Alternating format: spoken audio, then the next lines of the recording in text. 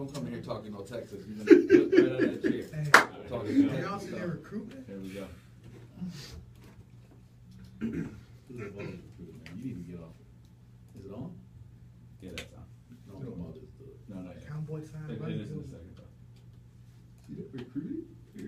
Hey, they got the top 5 guys in Texas. No, it's like July. You know it's July, right? Yeah. I They want to ain't make going sure. nowhere.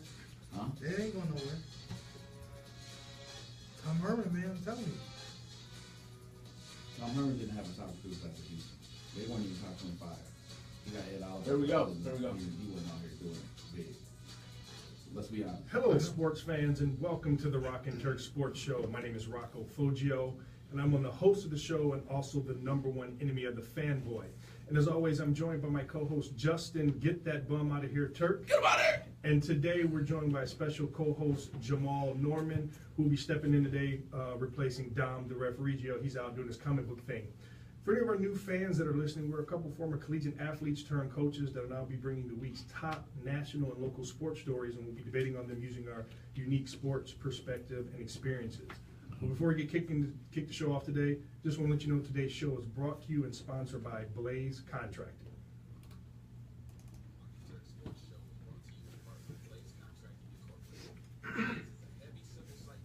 Hey, Jay will take us into like he'll be down. Do you have a clock? Somebody got a clock? I'll give you the clock. What's that? I'll give you the clock. Give me the clock? Yeah. What do you mean? I'll give you, to let us know. Oh.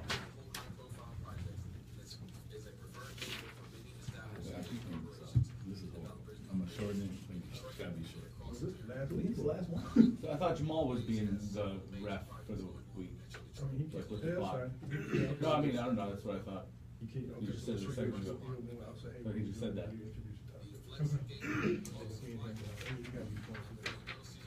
Give him the clock though, you got to. He ain't gonna pay attention. Try to keep us on pace. Keep us on pace. If we go a minute or two over, but if we supposed to be here, I'm gonna still be okay. All right, okay.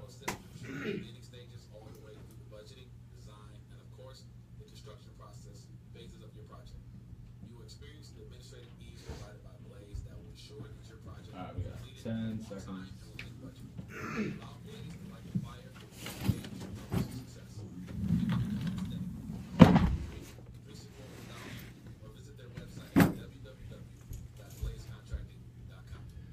What is going on, fellas? How you doing today on this nice, not rainy Thursday evening? I'm good now. I'm trying to get my blood pressure to come down a little bit. Oh, got a little heated in here. Well, it's about to get super hot because man, I don't even know. I don't even want to look at that side of the room right now. I'm SC. The SC6 is on. Yeah, you watch it. You look at it. You know they talking Colin Kaepernick. I'm just seeing what they talking. So here's what's going on. We're talking this garbage over here. Here's what we got going on. We're going to start a new segment next week. We did it last week. I had a little rant before the show, so we're going to call it Rocco's Rant. And I was really good. I heard something this morning, kind of irritated me. And then my buddy over here sends me a text about 10 minutes before the show starts, and I just lost it until I get this garbage out here. So here's what's happening, and I don't want to lose context. So it's camp time, right? Football camps, college camps are going to start. NFL is already underway, and right Big now, Big Ten. Media Day was last week, up, so yeah. yeah. So we just finished the up. sauce is out. Yeah. Okay. So today I was listening to the radio this morning, and one of the, there's fanboys everywhere. They're like, Rashawn Gary they're talking about Michigan. Rashawn Gary is going to be the greatest defensive player in the country, or he's the greatest defensive player in the country right now. And I'm like, wait a minute. This guy played a little bit last year. He had a nice little ranking coming in. He played a lot. The best defensive player come back in the country. I mean, that's a smack in the face. Some guys who can play ball. So then I'm not going to read. I don't even have my phone to read this text, but he sends me this text basically saying Harbaugh sent out a quote like this is the man. This is the legend. No. Let's be specific. I'll summarize it. He said that a guy like Rashawn Gary, he gets all the accolades, but what drives him is not the accolades. He puts his head down. He treats him like it's the orange cone in a row, and he keeps working, and that's what's going to make him great. He's got that. And I said a guy like Harbaugh saying that, he don't say that for everybody. Like, I think at some point we got to say, hey, maybe Harbaugh smarter than all of us. And on top of that, the dude tore up the combine, junior combine, and he was a sub 4.5. He's a 300-pound defensive end, 6'5" If you're guy. watching on Facebook Live, look how I'm looking at Turk. I don't care how you're looking at me, man, and I'm disappointed that you. This is a Purdue Michigan thing. I really No, it's think not. that Here's what it is. I'm not saying. All right. Here's what's being It lost. is. Here's No, what's it's not. being It's lost. not Here's being what's being lost. lost. It's not. Once I've never said he's not going to be a good football player. What I am saying is they are okay. We just talked about the Javion Clowney thing, and there was a lot of talk, like LeBron talk coming out. And when he stepped on that field, that brother played ball. Now I understand what you said, that he was behind some guys, but when he stepped on the field, even when he played, he did not play at that caliber of Javion I think this is what I Clowney. think we need. This is the problem with Rocco's argument. Rocco remembers junior Jadeveon Clowney, No, I don't. who knocked No, I out. don't. Yeah, No, I you don't go back and look at freshman Jadeveon. He was not out He here wasn't like strong crazy. against the run, but he created havoc in the passing game. But he played behind 2 first round. I'm not saying he's not. I'm just Rashawn saying, was playing behind 2 well, first I round understand dudes. it, but I'm looking at the plays when he got in The there. first to the second round dude. Huh? Okay. That's fine. But I'm just saying what he's being projected as, I think is going to hurt him, because no matter, he could have a great season, but if he doesn't reach that pinnacle of what they've put on him, then it's going to make him look back. So all I'm saying is, I don't see any reason you're coming out. Here's the thing. I don't even think maybe up until now, right? Because Joey Bosa's brother was. Get out of here with that Joey Bosa. Hold on. Nick Bosa. He had a better. He balled out last year. No, he did not. If you go what? No, he did not. The other Lewis was a better defensive end than him. But we're talking about comparing freshmen to freshmen. We're comparing freshmen to First freshmen. off, no. I'll go back and Now, watch the tape. I'm talking about this Go back now. and What he watch does the this tape. year, I'm not saying he's going to be a bad player. I'm just saying I'm tired of everybody saying First Rashawn off, Gary is going to be the best He player is in nowhere. defensive player in the country. Bosa is nowhere near as good as his brother. Number one. No, He I did didn't not say have the that. flexibility. He's way I'm stiffer. not saying that. I'm saying if you're comparing his freshman. Hubbard was hyped and going the year. He was not as good as he was 2 years ago. Okay. All right. But all my point was, if you look at Nick Bosa's freshman year versus Gary's freshman year, you have to give it to Nick Bosa. Nick Bosa started. Right. No, he didn't start. What I'm just saying, he was a rotation guy with He that's the started Ohio half the man. season. That's he started half the season. He did start. Okay. Now He they started. have He what's tripped. called a rush man package. Don't And he- look. This is all spin. The No, dude listen. started. The dude started way more games than Rashawn Gary. You tell me he didn't start no games. I'm not saying he started. Okay, well then don't say he didn't start. You can't He say didn't that. start one game. Did he start games? I think he started. Did he no play? more than 2 Did he games. play behind a first round defensive end and second round defensive end? Who was the defensive end that got drafted by Ohio State last year? They didn't have one. Exactly. What I'm Hold saying on, is hold on. that Taekwondo- Taco and Warmley were two of the top defensive ends in the country. But- You didn't have that on the roster last year. Hold on, Taekwon Lewis is a 2-time reigning defensive lineman of the year in the Big Ten. He will be a first round pick. Okay, but and Sam Hubbard will be a first but round that's pick. not And James So- Holmes will also be a first round pick. I'm not They gonna got get this is three not gonna guys get to the who's gonna be Buckeye first run and now. I second. know you. He's playing behind studs. So you telling me that they're better than Rashawn Gary?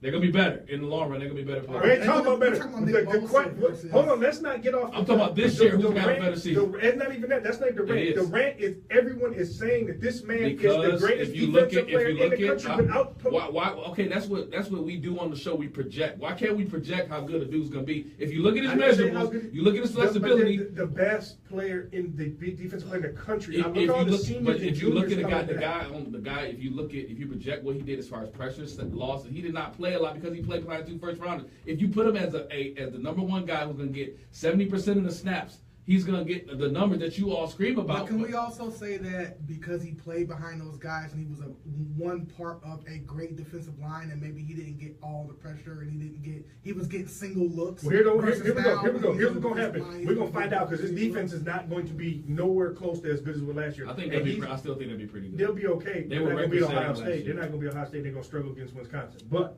that's for Anyway, another show. Enough of this. But I had to get my rant out because I am. But here's what it is. You're not gonna be At great the end of the struggle year, against at the end of the Wisconsin. season, when we look and see compared to what he's supposed to be, will we get a yes?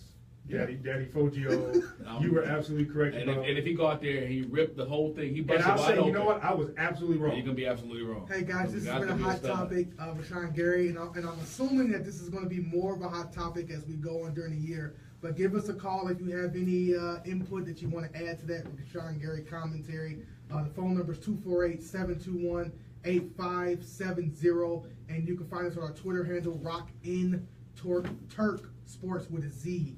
And so if you have any questions, feel free to give us a call. If you can't get through on the phone, find us on Twitter. We're going to have an abridged this week news and topics. So Turk, start us off. So news and topics. We can get off that LeBron. I mean I'm sorry, not LeBron. Rashawn Gary. Yeah, you don't want Close. to start the show off getting beat up first Oh day. yeah. So NBA summary. The first thing we talk about is what's going on in Cleveland right now. You know, I'm loving it because everybody knows I'm the biggest hater of the Cleveland sports coalition there is. All right. So the Cleveland Cavaliers are full of drama right now.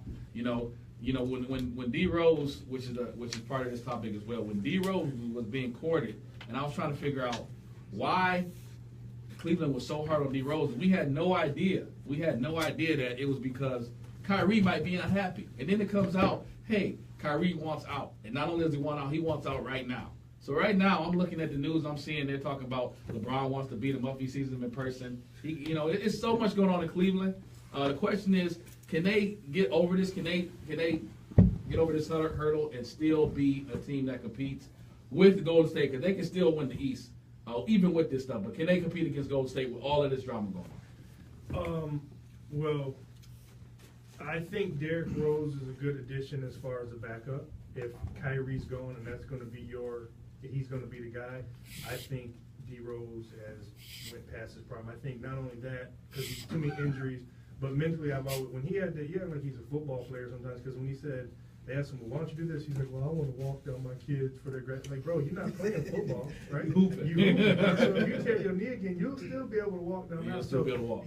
And then all the off the field knees stuff. Is really tender. And plus, I heard Bomani Jones one time. He said, before I do anything, I want to know what happened when you didn't show up and you didn't call anybody for 2 days and nobody knew, and you just showed up like it's, and they said it's in New York. Yeah, I need to know what happened. I really what's need going to know on what happened. because I can't have that. So now with the whole, what else did you bring up? I'm sorry, because it was just about Kyrie being unhappy, wanting to get out. Yeah. D Rose coming in, and I hate that I'm agreeing with you because I think I love the signing when D Rose was the backup.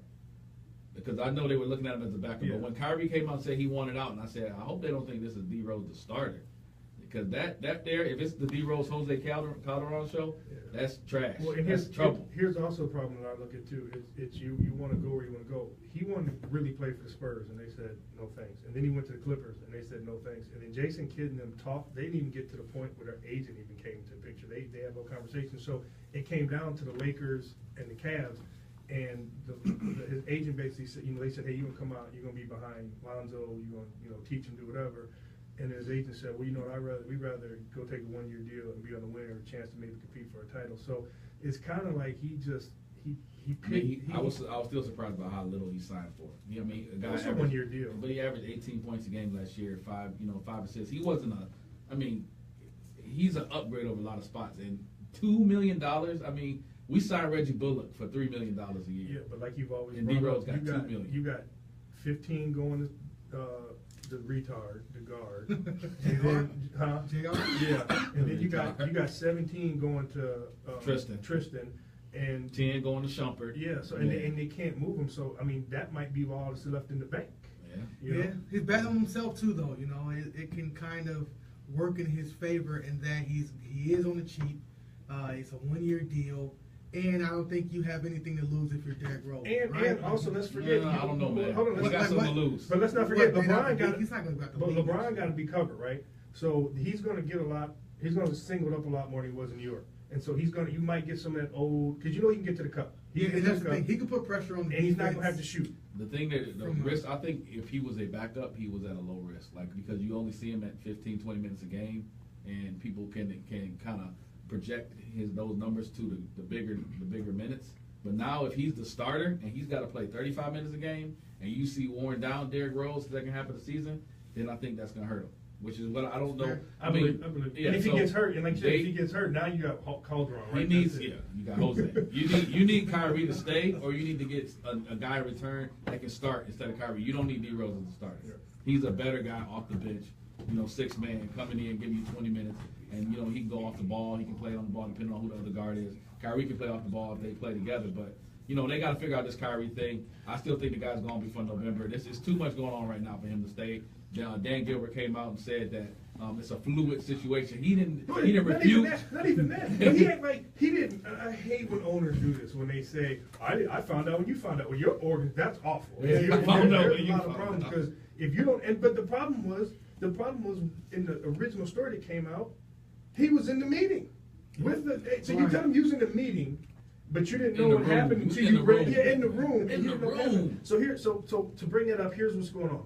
So we've heard the stories, what's happening, what happened. Here's what most of the sources that keep coming in and said. It said the word is Kyrie didn't ask for the trade because he didn't want to be in LeBron's shadow. What he did was he went in there, he found out that he was on the block, like they were putting him in deals. Yeah. So he said, listen, that's fine. I don't have a problem with that. I just want to be involved in the process. I want to go somewhere that I'll get there, that there's a good coach, a team that don't just drop me off in Memphis or just some Detroit. Yeah.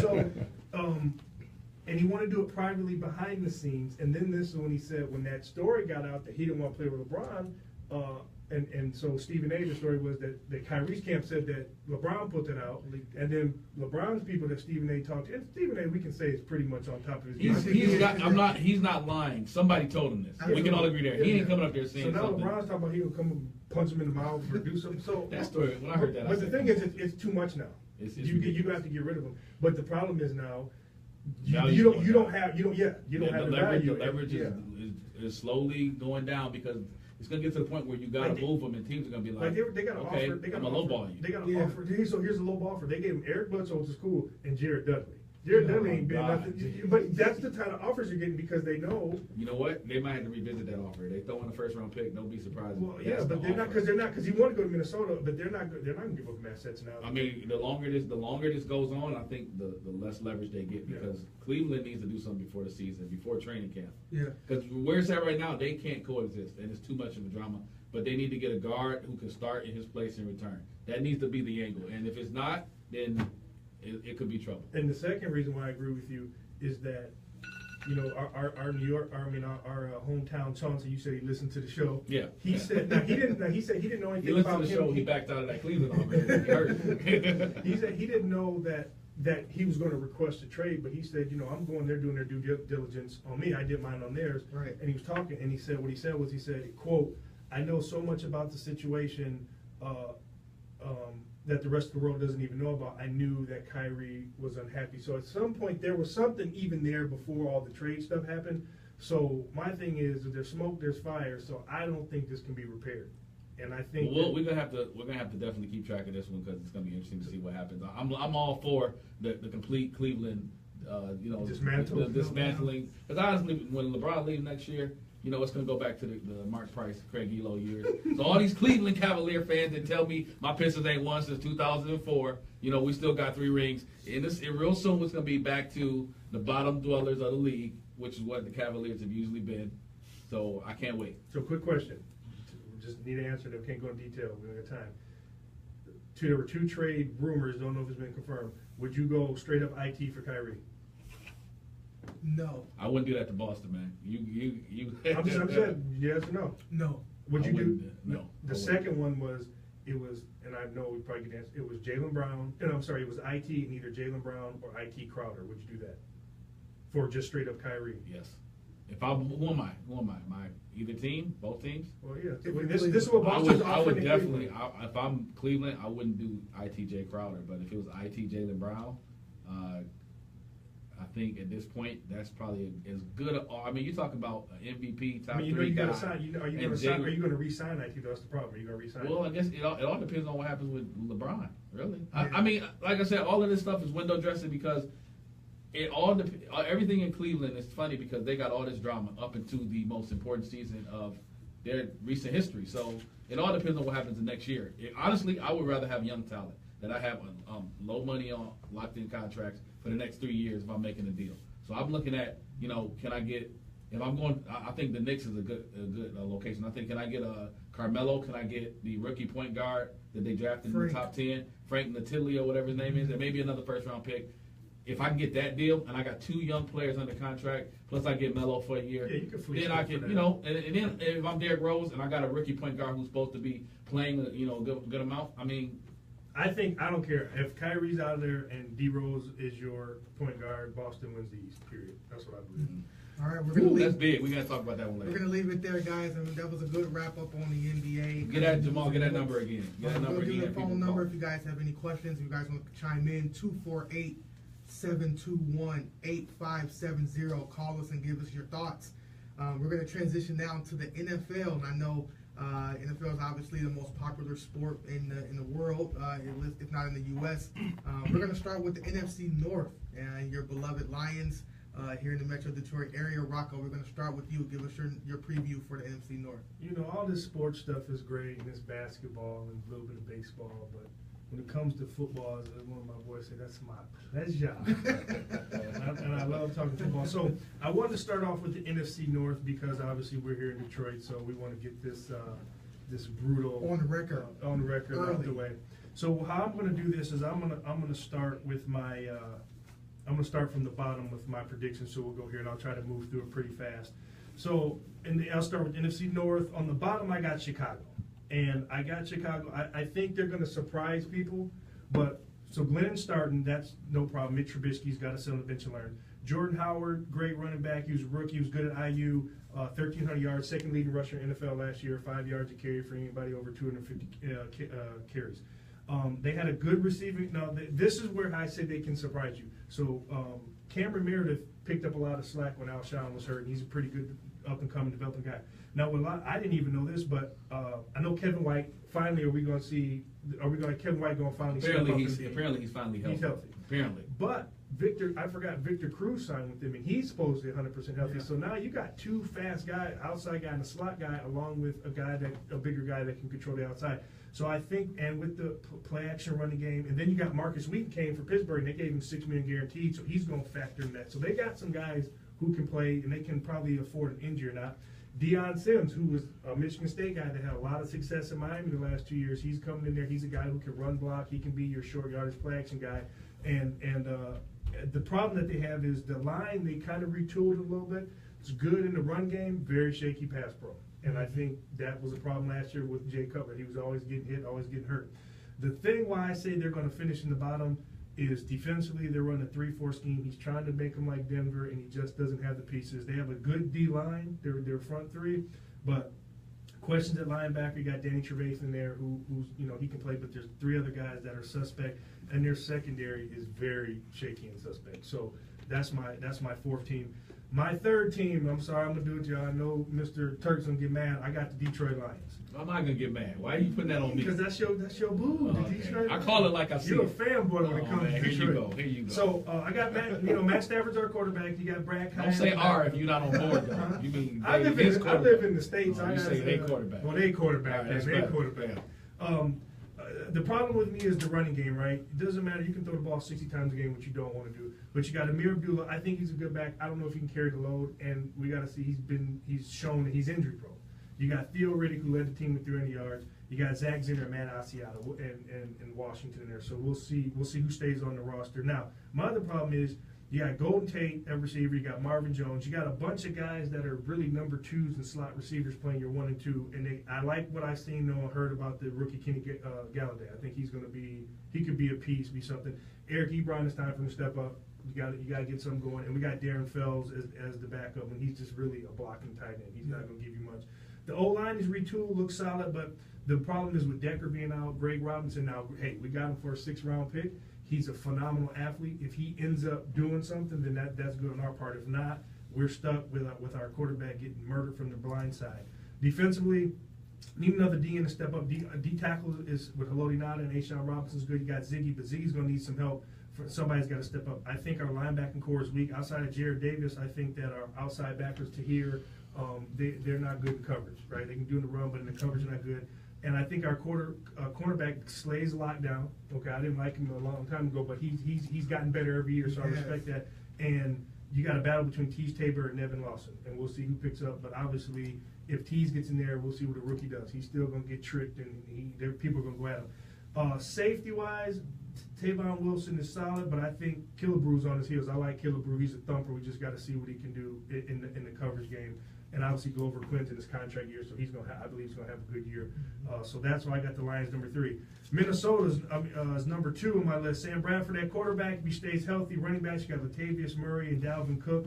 You got a solid wide receiver core, Stephon Diggs, and the breakout last year, Adam Thielen. They gave him a new contract for what he did last year. Now, Floyd's there. We'll see what he does, how the NFL handles his off the field issues. Yep. You got rookie Rodney Adams, but the big thing is Laquan Treadwell shocked me. He had one catch. All the success he had at Ole Miss, he had one catch last year. But they're saying he's probably the top number 3 receiver, and he looks way better than what's going on. So with that, and they got a solid O-line. They got Kyle Rudolph, and they got Bucky Hodges, the rookie. So I think that's going to help out with that. And, Kyle Rudolph is starting to get up there in age. They retooled the O-line, and that's because they finished 32nd in rushing in the NFL. But that's because of the running game, AP being out. So they're better run blockers. Once again, the pass protection comes into a problem. We know Sam Bradford's as brittle as they come. So, which leaves me with the number 1 team, and I know people are going to get upset, it's the Green Bay Packers. I'm going to say Aaron Rodgers. That's all I got to say. He's in the prime of his career. Martellus Bennett's up there. Also, Lance Kendricks, that came from Wisconsin, played in St. Louis for a while. And they want to do a lot of New England 2 tight end sets, which is, for what they got. They don't really have a real running back. That's my only problem. Ty Montgomery switched over full time. He's up to 225 pounds. He's going to lose some of that in camp, but they drafted a rookie, so their running game is still, you're going to have your man throwing all the time. But they got a good receiver corps. Jordan Nelson's back, Randall Cobb's back, Devontae Adams, Geronimo Allison, and they got Malachi Dupree, which I think is a kind of ODB type player. Like, he's got a little bit of that. He's under the radar. And they also, watch out, just got to bring it up, they got Max McCaffrey, who's Christian's older brother, and he's got a little game. He might be a practice squad guy, but solid O-line, and then defensively, their window is there. They got a lot of great defensive line. They need some help at corner. They got Kevin King and Devon House that are trying to step up, and they're solid safety with Morgan Burnett, Quentin Dix, and Josh Jones, and young cat Kendra Bryce. So I think they'll be okay on that end. If they can get after it up front, they got some guys. Linebacking core is okay, but I think Packers are going to win the North. Okay. Well, first off, I can't believe that you have my Lions number 3. As a Detroit native, I take offense to that. Yeah, I think it's something personal. But what I'll say, Chicago Bears. All right, I do think they're gonna finish last, and I said this at the draft. I don't understand what they were doing with their draft picks. I don't understand the Mr. Trubisky point. If you're not gonna play him at all, which they paid. They paid Glennon enough money to where you can't really afford not to play a guy you're paying $60 million. The receiving core, I don't know why you think this core. I see a bunch of question marks, and I see Jordan Howard. Healthy. I see Jordan Howard as the only player that I can actually count on. Everybody else is bummed. Victor Cruz is probably past his prime. Kevin White, we don't know if he can even catch a pass at all. He's done nothing to show that he can be a number 1 receiver, because now that Alshon Jeffrey's gone, they need a guy they can go to. And I don't. Meredith is not good enough. I think Meredith surprised a lot of people because they expected little out of him. But as a guy that's going to be a featured player, I don't think they're nearly as good enough. So I think, honestly, with a Mike Glennon-led offense, I think Chicago Bears offense is going to struggle. What I will say is that with Floyd and Purnell on the outside, ironically, that those 2 guys were 2 of the top rushing 3-4 outside linebackers as far as pressures per play in the NFL. So Floyd's got a chance to be pretty good. I know he got hurt last year. He came back. He was pretty good. I think they may be okay against the pass as far as the pass rush. Defensively, I think they're going to be better than they were offensively, because John Fox is a defensive guy. He's going to make sure they're physical. They're going to bring blitz. They're going to zone blitz just like he did in Carolina. So the defense is going to keep them in games. Problem is, I think the Bears defense. I think the Bears defense is going to be better than what people think it is. They got some pieces. Trevathan in the middle. Like I said, if you can rush the passer, and if their secondary can just be above average, which they drafted I can't remember his name right now, but their secondary should be better than average. And if they can do that, then Floyd and Purnell can get to the quarterback. They've got a chance. I don't expect anything out of that offense.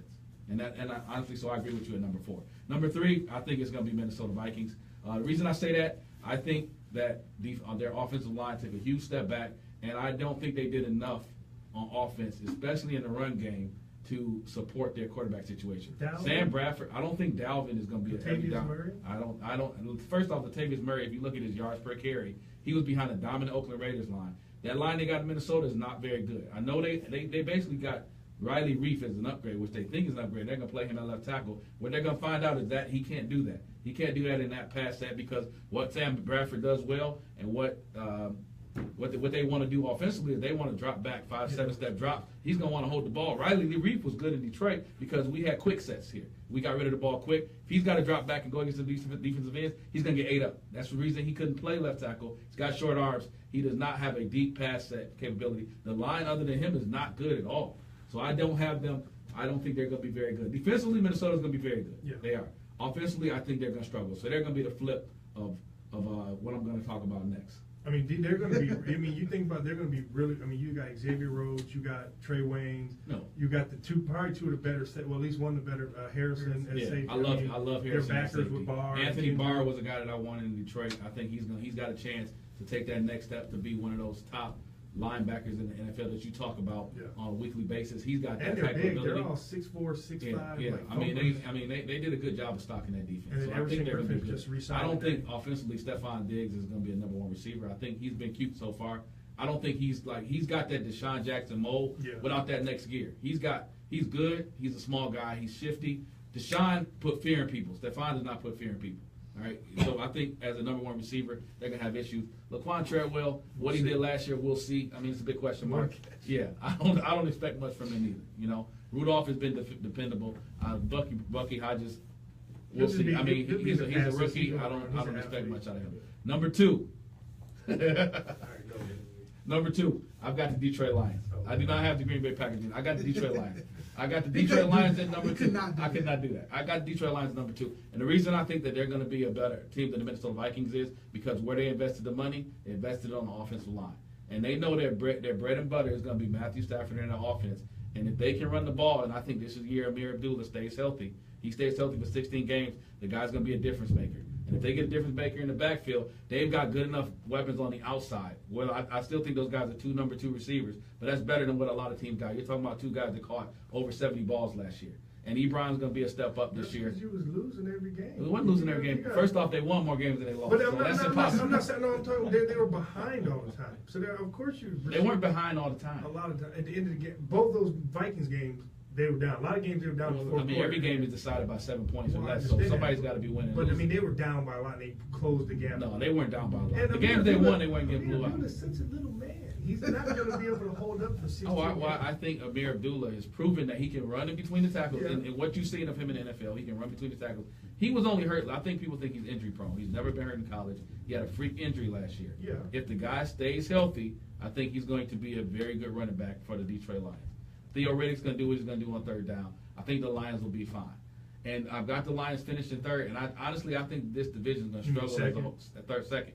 I think the division is going to struggle as a whole, meaning that the first team in the division is going to win 10 games. Because honestly, I don't think Green Bay is that good. And number one, the reason they're not very good is their offensive line is going to be bad this year. They lost a lot of pieces. But they did add some good ones. Like T.J. Lang's not a big loss. Like T.J. Lang was the number one rated guard in NFL last year. That's fine. Yeah, which is what they do best. So they're replacing them with guys who are unproven. I understand Aaron Rodgers is older, so his mobility is going to be a question. I think that they did not do enough offensively for me to feel good about them being a strong opponent in the NFC as a whole. They're going to win the NFC North because they're the best of a bad bunch. But they didn't do enough offensively. Defensively, I still think it comes down to the same thing for them. They can't rush the passer. Clay Matthews is still living off of the first 3 years of his career. And if you look at his last 4 years, he has not been very good. But they have not done enough in the draft year after year. I know they tried to shore up the secondary, Kevin King. They still got the safeties coming back. They think they're going to be okay. But until they get to the point where in that 3-4, they can really get after the passer, they can't be an elite defense. And they can't help out Aaron Rodgers enough where they can compete with the best teams in the NFC. But they're the best of a best bunch.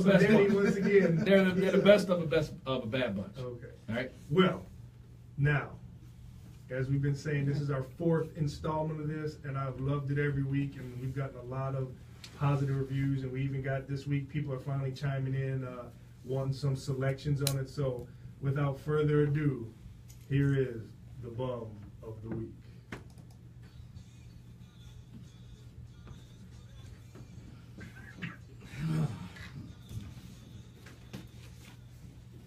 Welcome to another installment of Bum of the Week.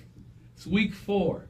it's amazing that every week you think there's not going to be a guy that's bum worthy, but once again, we found several candidates that were worthy of this title. Number one, Kyrie Irving, demanding a trade from one of the top 2 teams in the NBA because he wanted to be selfish and run his own show. He's obviously bum worthy, but the guy who deserves it the most, the guy that turned a controversial situation into a laughingstock, he resides in Mississippi. His name, Hugh the Butt Dialer Freeze. For those that don't know, Ole Miss in the last 5 years have had, on average, one of the top 10 recruiting classes in the country. Out of nowhere, people said, what's going on in Ole Miss? Something's going on down there. They put players in the NFL first round. Laquan Treadwell is the guy we just talked about. First round pick. High 4-star talent out of high school. What's going on in Ole Miss? Because before that, they wouldn't even finish in the top 25. So what happens?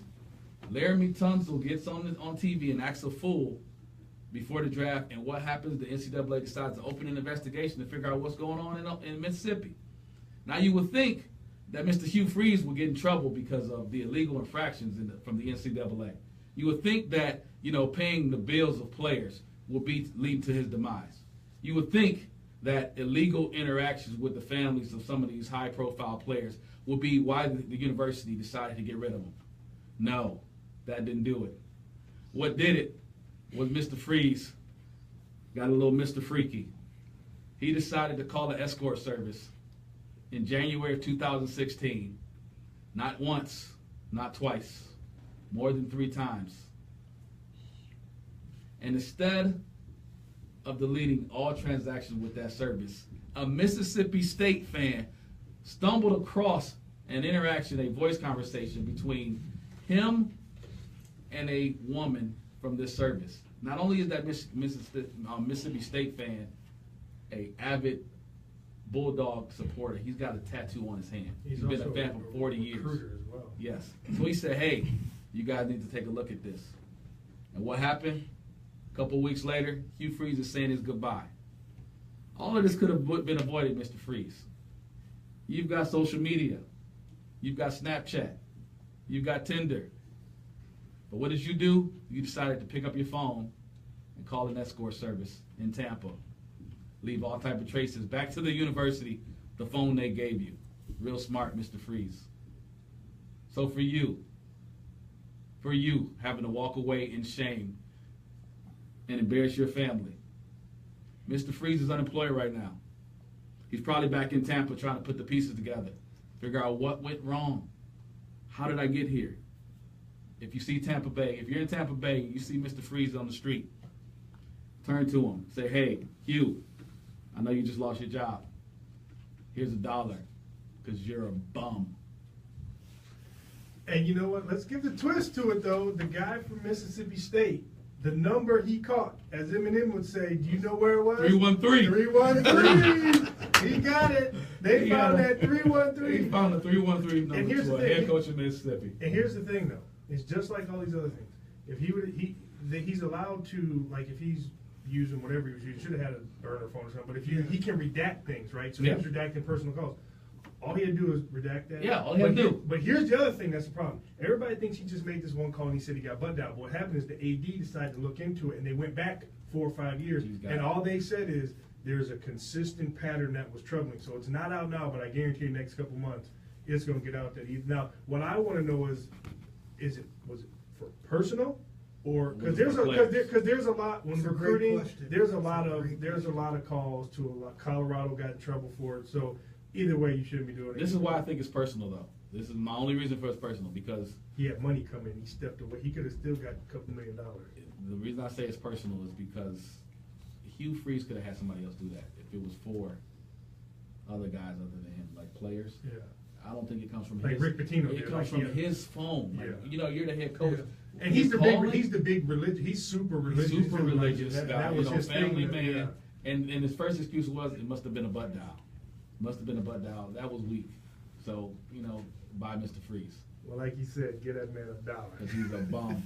He's gonna have. Here's the problem: in the SEC down there in that Bible Belt, he's gonna have a hard time getting the gig. Yeah. He's gonna have to go to like the Mountain West. Or it's funny that Tampa is one of the freaking raunchiest cities in the South, but you better not go down there and do anything because the rest of the South will look at you like you just It's don't not. belong. It's not about going down and doing anything. It's about you can't be that high and mighty. I don't cuss. You know, Lord, all that. You preaching all that, then you going in the back door like, what's up, baby? Well, you know, What's I happening? mean, when Ole Miss got top 5 class after top 5, top 10, you knew something But was that up. class, you said they were 1 and 2 and 9 or whatever, and they got Laquan Treadwell, Tunsil, and the and Robert, Kimdichie. yeah, And there was another guy who was a DB. He's in the league still right now. You get 4, and they were all number 1 at their Connor. They were all number 1 in their position. It's like, remember the movie Blue Chips? Oh, yeah. When they were Yeah. like, they know how you get all these guys. And the thing is, you know, if you look at his story, Hugh Freeze was a high school coach for 10 years. Then he got on the Ole Miss staff. Never was a head coach. Then all of a sudden, they fired. Yeah, they fired Houston Nutt, and here comes him. First year, he on the scene. It's like, But also, this is on Ole Miss's fault too, because Ole Miss, it wouldn't be in this mess,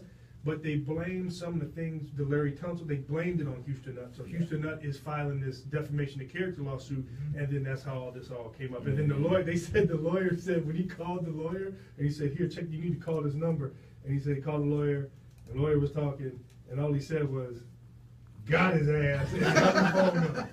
So he said, thanks a lot, man. you know that Mississippi State fan is getting high fives everywhere. Oh, absolutely. And Free meals for because life. you know Mississippi State's been a better program over the last 10 years than Ole Miss. Then out of nowhere, Ole Miss is getting all these beating recruits. Alabama. Yeah, Year in, year out. they're going toe to toe with the best team in the country. You're like, what's going on? And now they're embarrassed. Well, I definitely think there'll be more to come on that, so we'll definitely update Oh, that. as Hugh the Freeze story. may be the first multiple week bum of the week. When they That's drop the when story they drop the actually tape when they drop the tape of what actually happened, this may be bum worthy because from what I hear, it's like it makes you blush a little bit. That's what they said when I read the report. The people that listened to the tape said it's kind of All right, so we're going to transition now to previewing the AFC North. Rocco, what you got? So I also kind of decided, we'll mirror each conference each week. So with Dom the Ref Regio not being here, we decided that Jamal had such a good following. People asked about him last time he was on the show as a guest debater. That said, who's that bum? that we would bring him back in another capacity. So it just happens to be this is Ohio native, a Cincinnati Natty No guy. So we'll be over here and probably tearing up these Ohio teams. But I'll start off again. I'll start from the bottom with that, and with my with the AFC North Division. I got the Cleveland Browns on the bottom. Not a big surprise. They right now. I don't know what's going on. They just instead of just having a quarterback, competition, they've already named Cody Kessler the starter for now. Said that he deserves it, which I don't know. We got Brock Osweiler and Deshaun Kaiser battling for number 2. They lost Terrence West. He's in Baltimore now, so Isaiah Correll is going to take over now. He averaged 5 yards a carry, and Hugh Jackson said we got to give him more carries. So we'll see. Now, the receiver-wise, they lost the Ohio State Buckeye prior, but they brought in Kenny Britt and Corey Coleman. They're expecting him to step up. He had some off-the-field issues and things going on. It's time for him to step up. Now, they drafted David Njoku, and we'll see what he does. And then their line is okay. Hold on, man. You didn't say anything about Jabril Pepper. They drafted him too. Hold on, man. Let me get down. That's funny. Okay, I just know I know how you roll. But you just, see, I know the fanboy from the state of Michigan. So their O-line is okay. They have the potential to be good.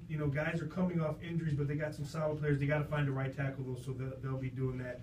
Now, hold your horse. Here I go. Defensive line-wise, they're pretty good. They got Myles Garrett and Danny Shelton to build around, and I think they're going to cause some problems. They got Jamie Collins at linebacker. They got to really fix their Sam backer and their Mike backer.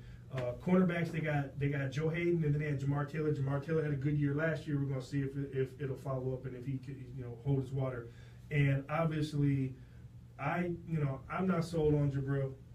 Even Hugh Jackson said he's probably going to play a little more offense, or he's going to right off the bat, like, how's he doing defensively? They said, well, we're going to put him on offense too. So that was enough for me. They didn't give me an in-depth about his defense. So, and he's not really a ball hawk as far as from that position. So, and then you got a guy, Ed Reynolds, back there who's going to have to play center field. He doesn't have the physical tools, but he's smart. But I think Jabril may put him in some situations if he don't really pick things up. So I just see the Browns. I think they're going to progress. I think they're better. They had a good draft. They're just not going to do anything. Now, I had this team, they were kind of going to be my dark horse, but now what's going on? So the Baltimore Ravens had a pretty good offseason if you looked at it from people they signed. Joe Flacco's, back, so he was healthy. Ryan Mallett's the backup. There's another solid guy. They picked up Terrence West. They got Kenneth Dixon. He's obviously suspended for the first 4 games. Now, the big thing is Benjamin Watson's coming off Achilles surgery, and Pitta hurt himself again, probably a career ender. Yeah, so he's probably done. So they're stuck. Yeah. So they're stuck with Nick Boyle, who's kind of the starter by default. We got Crockett Gilmore. He's pretty good when he's had to step in, but he's always hurt. So it's one of those things, can he stay healthy? The O-line is suspect. They got 1 Pro Bowler and a bunch of projects. And I think with Flacco, once again, we talked about he's a guy who likes to throw the ball 5-7 step drop, so can they protect him? Now, what he does have is he's got some speed. He's got Jeremy Maclin. He's got Mike Wallace. He's got Rashard Perriman. A lot of guys, if you remember Chris Matthews against New England when he was with Seattle, kind of tore them up. He signed on with them. He had a decent season last year, but he'll have an opportunity. These are all big guys. Coming outside of Wallace, these guys can get after it.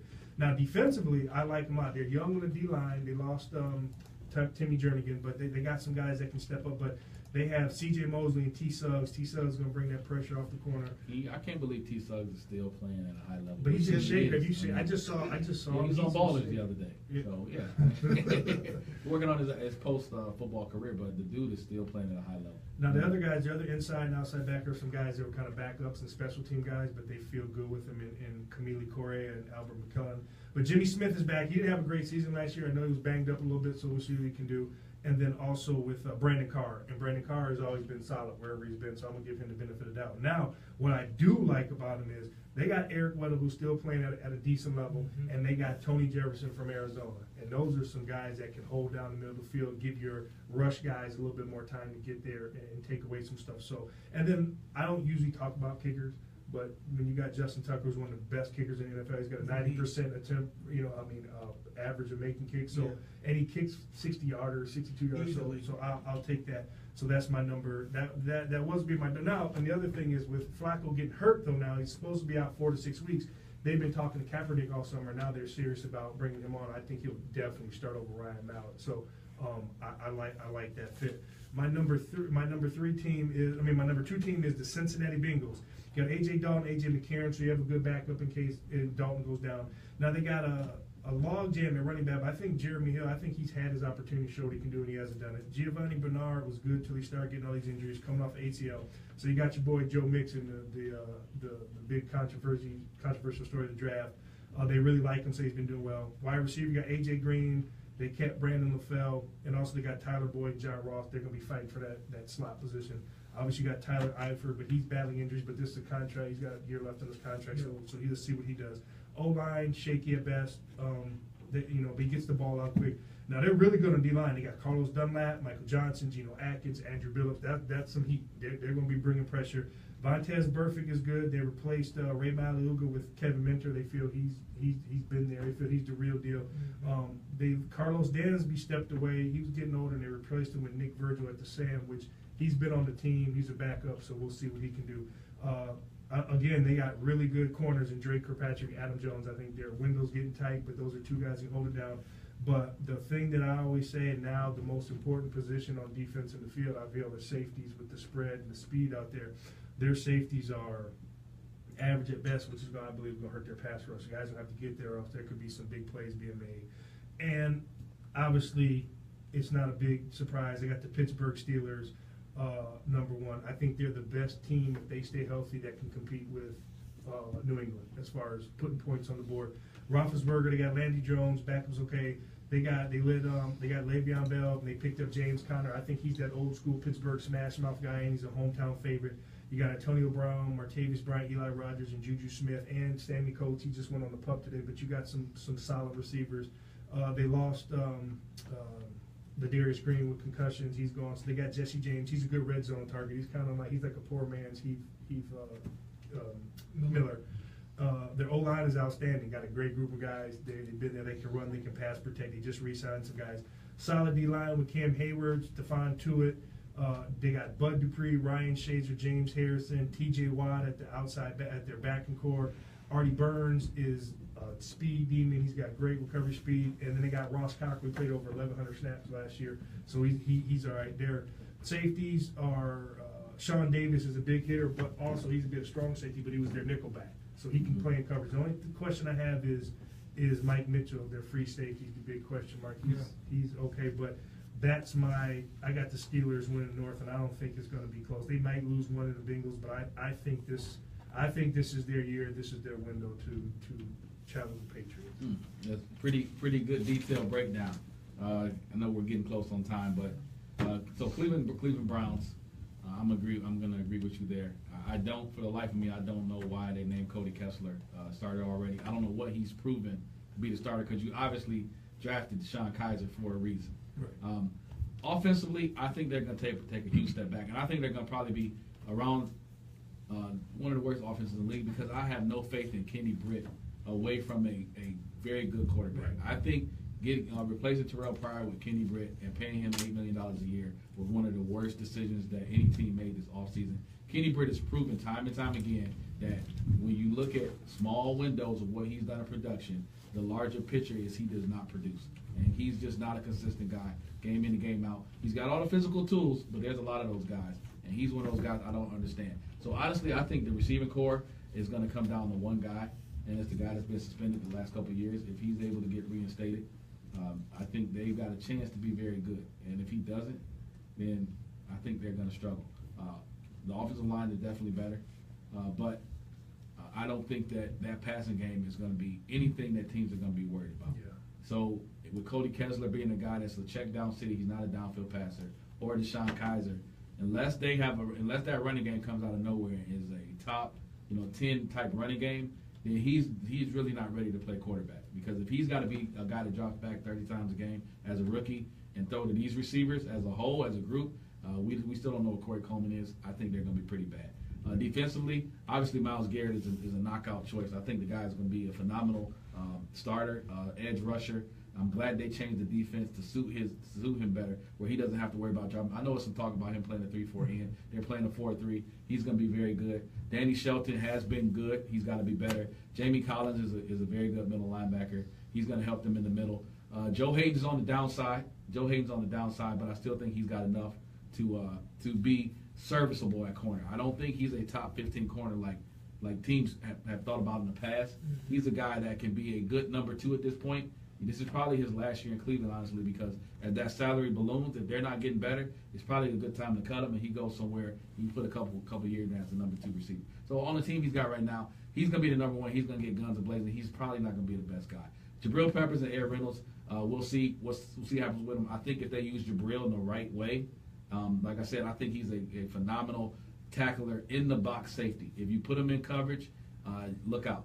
Right, at this point in his career. But if you got him playing downhill, you put him in a Troy Polamalu state where he's blitzing, where he's a flat player, where he's a spill guy, he can track down a lot of plays and he can erase a lot of tackles within 5 yards of the line of scrimmage, both sides. If they do that, I can see him having success. Yeah. But if they leave him in a traditional safety, I think he's going Only problem is that if you can do that, you need your other safety to be very good, because then he's got to be a guy that not only is the middle of the field player, he's got to have range. Aaron Reynolds doesn't have range. They're going to have to go to a cover 3. Yeah, so we'll see what happens with them. I think defensively they're going to be one of the better defenses in the AFC. I do. I think the defense is going to be one of the better ones. Not going to be great, but it's going to give them a chance to win 4 or 5 games this year.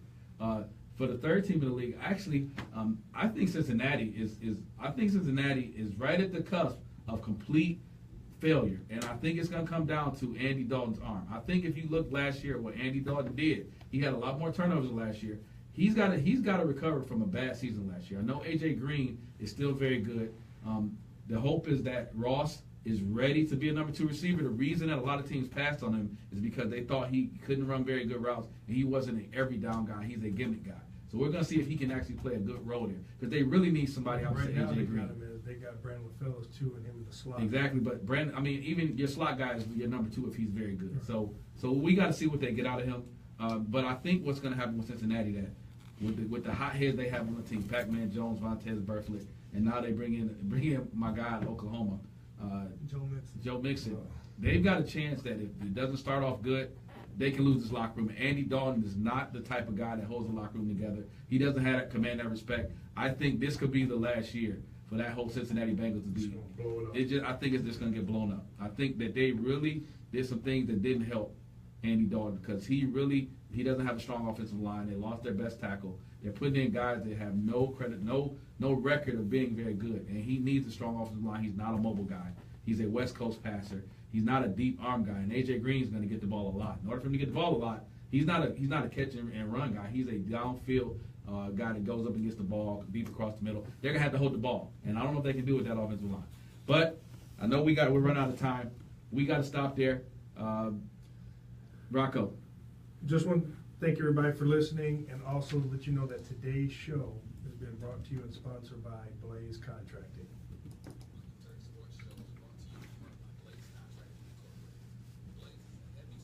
Yeah, look at the time. It's 6:50. We'll finish up next week. Finish up. Man, I tried to get it as a full.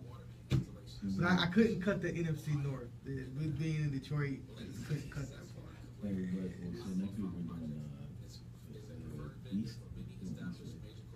Yeah, we got just read the paper, bro. I can't read. Got a 2-hour show, so. Where you from? Michigan? Hmm? So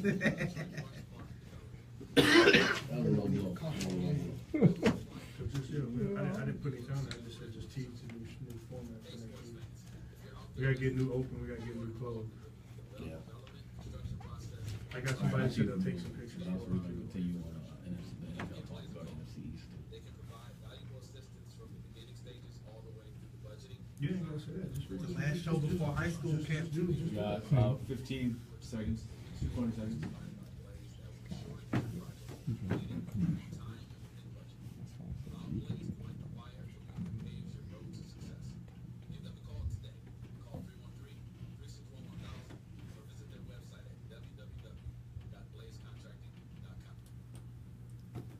Welcome back. Here we are. We're ending the last show of our regular format. I'd like to appreciate all the listeners that have been with us so far. Get excited because next week we're going to our 2-hour segment, which is you're going to have a lot of the same stuff and even more. So you got this show times 2. Next week we're going to finish our preview, obviously on the AFC North. We're going to go on to the NFC East and the AFC East. As we progress into the high school football season, you'll see us interviewing coaches and players here locally, and we'll get a couple of interviews from states in the surrounding area and in the South. We want to get more into the particulars of Michigan. You're going to hear about the college scene for some of these players, what they're doing in high school. Make sure you tune in because it's going to be jam-packed, 2 hours, locked and loaded. We're going to be here, me and Rocco, sometimes Jamal, Jay on the board. It's going to be a lot of fun. Rocco, what you got? I'm just excited about that. Like I said, football is my pleasure. So we will be talking about that. Have coaches in here interviewing high school players, some players of the week. We'll be having college coaches, just high school, keeping you up to date with these guys, how they're getting recruited, guys all over the country. Obviously, I do recruiting, so we'll bring some of those guys in to speak to. And just we got some really cool new segments, some fun stuff. And, if you like Bum of the Week, and I'm going to be having my rant every week now, so tune in, especially you guys that are into fantasy and gambling. And we just got a whole smorgasbord of stuff for you. Eliminator challenge. Oh, yeah. And before we go, make sure if you didn't get a chance to listen to the whole show live, check us out, www.therockandturksportshow.com. You can check us out on Twitter at The Rock and Turk Sports with a Z, and also on our Facebook page, The Rock and Turk Sports Show. We're all live. This whole video will be live streamed on there. We're on YouTube now as well, The Rock and Turk Sports Show. So you can reach us anywhere. If you got to email us anything, it's The Rock and Turk Sports Show at gmail.com. No, it's Rock and Turk Sports. I'm sorry, Rock and Turk Sports at gmail.com. Thank you for the correction. No problem. Daddy's here all the time. Yeah, okay, we'll see Daddy. Hey, so that includes today's show. So see you next week. Make sure you listen. Check us out online. Yeah. Peace.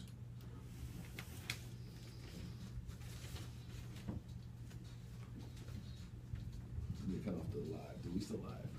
We're still live. It's just when that comes. Hosting is hard business. Huh?